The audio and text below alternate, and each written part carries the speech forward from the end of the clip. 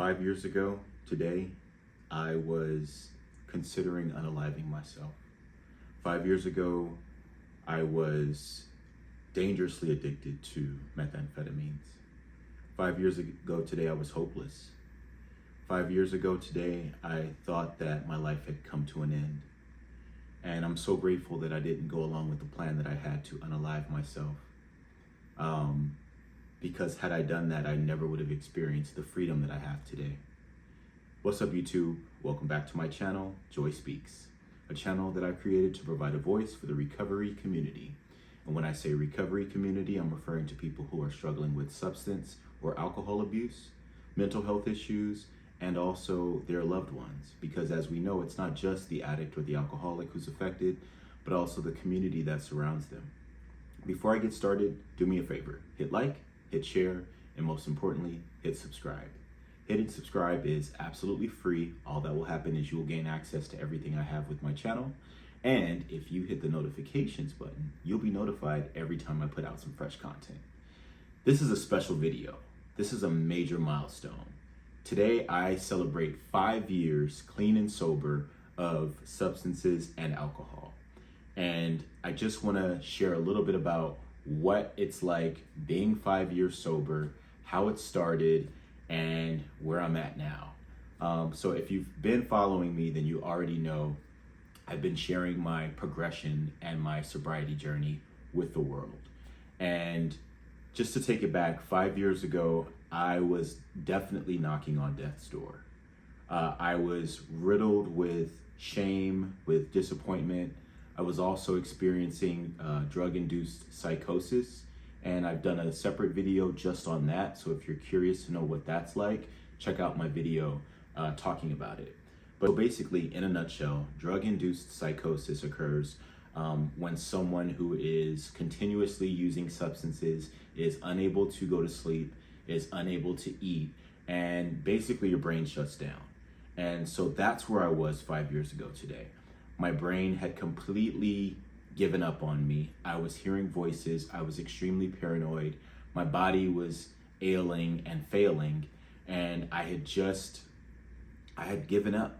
I couldn't believe that I had let this substance, in particular methamphetamines, rob me of my life.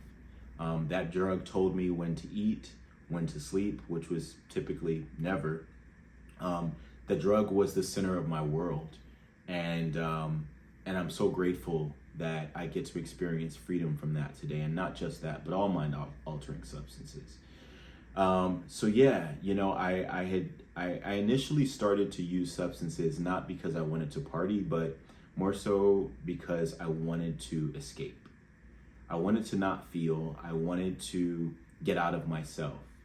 I'm someone who has experienced a lot of childhood trauma, a lot of discomfort, both physical, emotional, and spiritual.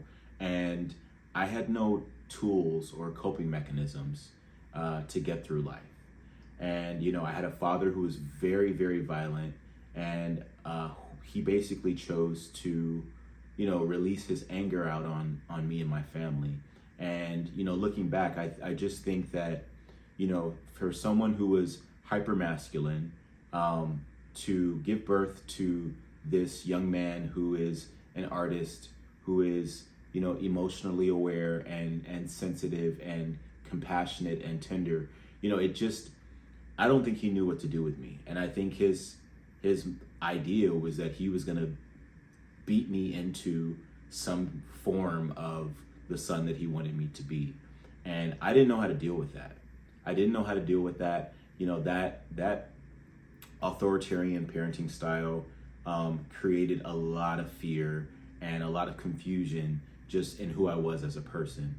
And so long before I picked up a substance, I was already having problems just getting through life.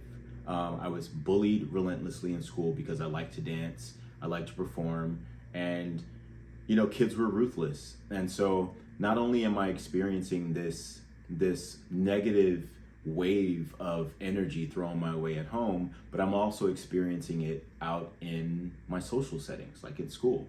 And so it was a perfect storm, you know, and I'm sharing that not to say that any of these things in particular made me an addict, but these are the conditions that kind of created the recipe for disaster, And so I'm not going to get into details around every substance that I use, but I'm just going to say I've done everything under the sun, and everything that I've ever done, I've done it, to the point where the wheels fall off. And I had no idea or no access or availability to control or to moderate my use. And I have this clarity because I've done a lot of work in 12-step programs. But to take it back to 5 years ago today, I had a plan to unalive myself, and God had another plan for me. And I just happened to go open my laptop and put that I was no longer interested in living anymore, and I was hearing voices, and then the rooms of a 12-step recovery meeting popped up on Zoom. And so that was the first day of the rest of my life. And that first year was very, very, very, very difficult. Mostly because, I didn't have much experience navigating life without having some kind of substance or some mechanism to get outside of myself. And, towards the end of my amphetamine use, I was using 10 or 15 times a day throughout the entire day. And so I didn't have much understanding of how to go about my day without putting something in my body. And so it was very, very uncomfortable. The withdrawals were insane. Hardcore fiending, like feeling like I was crawling out of my skin, headaches, cold sweats, body aches, severe depression, just angry and hopeless. And, I was just disappointed. I was so disappointed that, because I had information about this substance in particular. I had friends that didn't get this opportunity to recover that I have. I have some really, really remarkable, I had some really incredibly talented, caring, funny, lighthearted people in my life that had their own battle and their own struggle with this substance. And unfortunately, they're not here today to tell their story, and sometimes I do wonder, why me? Why was I blessed or, one of the lucky ones to get onto the other side? And to be honest, I can't sit and question that. I just have to accept it for what it is. And, my friends that are not here to share their pain and to share their story, I feel like that's part of my purpose today. And that's one of the main reasons why I started this channel, was just to be able to give a voice to the voices that aren't typically heard. And, as a Black man, it is not, you're frowned upon for expressing emotion. As a Black man, you're frowned upon for, asking for help. And so my belief is that society kind of creates these ticking time bombs because we're just holding a bunch of stuff in. We're holding in all of our feelings. We don't have any safe outlets.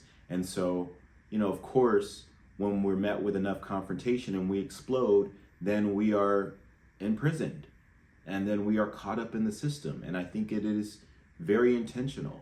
And so I'm eager and I'm excited to start to break some of these generational patterns. I have all the clarity today that it is okay to ask for help. It is okay to not have all the answers, and I think it actually makes you stronger of a person. And really a true leader is not going to be someone who assumes that they have all the answers or is the smartest person in the room. There's a freedom in practicing some open-mindedness today. There's a freedom in practicing some curiosity around life, and to asking questions. And so now today I don't sit with my feelings. Now today I don't keep my emotions in. I have a support system. I have two men in particular in my life who I share everything with. And I find that to be so important because, a lot of the reasons why I continue to use substances and to self-medicate was simply because I had some major secrets that I just couldn't share, and there's a saying that our secrets keep us sick. And I do believe that to be true. And so I'm so grateful to have some men in my life who have experience, navigating life on life's terms. I have some men in my life who have experience with dealing with uncomfortable emotions, overwhelming emotions, childhood trauma. And I have these outlets and these safe spaces where I can just express and be myself and not carry this heavy load, this heavy burden of, a lot of the stuff that I have no control over today. I have no control over my past, but what I was doing in my active addiction was that I was using my past to rationalize my continued use. And let's just be honest, the way that I use and abuse substances, it's just a method of unaliving myself with just very slowly, very small increments in these, tiny doses, just injecting myself with poison. And, I have clarity today that it's very contradictory to have an ailment or to feel some pain or to feel a burden or discomfort and then add poison to my body with an expectation for the poison to solve my problem. If anything, all the poison does is temporarily blind me from whatever's ailing me. But once the poison wears off, I'm still stuck with that problem. And then on top of that, I have a second problem. Now I'm addicted to this substance, just desperately trying to escape. And I'm so grateful that, today I get to live a life that I don't feel the need to escape from. So my first year was intense. It was a lot of learning. I had to learn how to live basically all over again. And like I said, just practicing some open-mindedness and following some suggestions from some people who have been where I have been, made my process and my journey a lot easier. And I just want to talk about like some of the gifts of, not using and abusing substances for 5 years. Like my life has continuously blossomed, in a forward motion ever since that day. My life today is so different than it was. As I'm sitting here, recording this video, I'm in my very own 1-bedroom apartment, and it's a beautiful apartment. It's perfect for me. I've got a beautiful balcony that I go out on and meditate every single day, and it's even getting this apartment was something I didn't think was possible because I didn't think my credit was going to be good enough. How was I going to be able to afford it? All of these ideas of fear that I could have let stop me from taking this leap of faith. But I'm so grateful that I did. And, being sober allows me to practice on a daily basis, living in faith and not living in fear. And this is just one of the many blessings. I think the most rewarding thing, or the most rewarding gift of sobriety by far, is getting my family back. And that's not to say that my family deserted me, because they didn't. But what happened was that I was so intent on keeping my active addiction a secret, I alienated myself from my family. I alienated myself from everybody because I didn't want them to see, where I was letting these substances take my life, which is completely down the drain. And I can't even imagine the sleepless nights, and the worry and the anxiety that I brought upon the people that love me so much. Yeah, maybe I was thinking I was putting their best interests at heart, but, now I know, all I was doing was just worrying them sick. And so today I have relationships that are remarkably different than they have ever been before. And, people talk about recovery in a sense of like regaining something that they had before, but I can honestly say that the relationship I have with my family today is not even something that I had before. It's so new, it's so new and it's refreshing. And I'm someone that they can call for advice, and I'm someone who is dependable today. They know that I'm going to show up for them, if they ask me to. And I do it happily and I do it gladly, because that's a lot of the reason why I continue to use, was just because I firmly believed that I was unlovable, and these narratives that we tell ourselves, if we don't course correct or fact check some of these things that, we tell ourselves every day, we will start to believe it. And so, my family continues to remind me that I am worthy of love today. And I know that I make them proud. I will say one of the hardest things about sobriety for me has been leaving the environments and the relationships that I used to, use substances with. I had a group of friends that I still love so, so much. And, I think about them every single day. And, I had a great time, and the problem is that, after having a great time with them, they didn't see that after they left or after I left, that I was dying inside, and I'm just not in a position today to, put having a good time over my life. I have clarity that the way that I use is not, it may start off, just fun, but the amount and the frequency at which I use, it is a slow method of unaliving myself. And so I have to choose, I have to prioritize my sobriety over everything today. And what that means is that, some relationships that I've had for a very long time, I'm no longer able to engage with simply because I have to value my life more, and it's hard. It's really, really, really, really hard because, I do miss them. I miss them so much, but that being said, I am able to create a new network of people around me that fit a little bit more closely with where I'm at in life today. And where I'm at in life today is self-development. Where I'm at in life today is health and wealth, and when I say wealth, I mean spiritual wealth. I never want to be the smartest person in the room, and I lean into the people that I admire. I find that, it is easy for me to start to become, whatever environment I decide to put myself in. And so I have to be so mindful of, where am I going today? Who am I engaging with today? Because I believe that energy is contagious, and that have a good time, party animal energy is also very contagious. And I'm not going to test myself and put myself in those environments because I just know for me, it's an unnecessary trigger that I don't need, because I value my life today. My message is really and truly, methamphetamine is taking out an entire generation of people. It is a silent killer. It is stigmatized so much by every culture and environment, and that's a lot of the reason why I didn't speak up and say, something sooner, was because I know that everybody has these opinions about that substance. And I also had my own opinions about that substance. But I need to share that you can be dangerously addicted like I was and find your way out of it.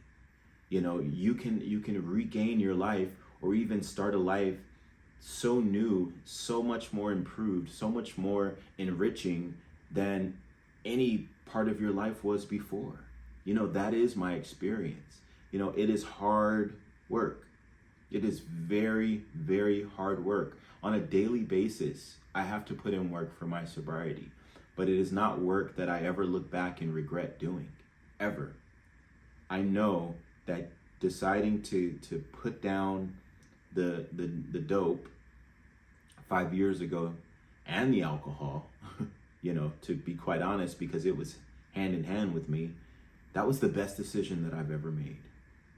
That was the best decision that I've ever made, because since I've been sober, if you look at my life prior to getting sober and you look at my life since getting sober, it is undoubtedly better.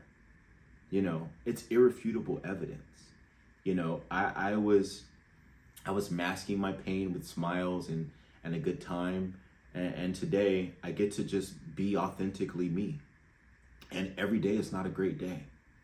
Every day is not rainbows and butterflies. and I don't want to give the impression that just because, I got sober, my life got perfect. No, that's not the case. Life is still gonna life, but when life does get uncomfortable, or when unforeseen circumstances occur, or I get hit with, an overwhelming amount of emotion, or even just dealing with my own mental health, and the struggles that I have to engage with on a regular basis. I have to stay vigilant, and no matter how uncomfortable things get, I don't resort to putting a substance in my body and self-medicating anymore. And I'm so grateful for that. I truly am. Before I got sober, I was always in environments where I was surrounded by people, but always feeling very alone. And that is a level of isolation that I do not miss. So today I am so grateful that I get to engage with people, and that I know I'm not doing this alone. And if you're out there and you're struggling with whatever substance it is, just know someone like me who, spent more time than not under the influence of something. If I can do it, if I can put down the substance, right? If I can put one foot in front of the other and go 5 years without using, so can you. It's not easy work, but it is the most fulfilling work that I could have ever done. That being said, I hope that I shared something in this video that, can help you, or if you know someone who's struggling with mental health or with substance abuse, send them this video. Once again, do me a favor, hit like, hit share, and most importantly, hit subscribe so that you can stay connected to everything I have going on with my channel. I'm working on a new subtopic on this channel, and yeah, keep a lookout for that. And I love you guys, and I'll see you on the next one.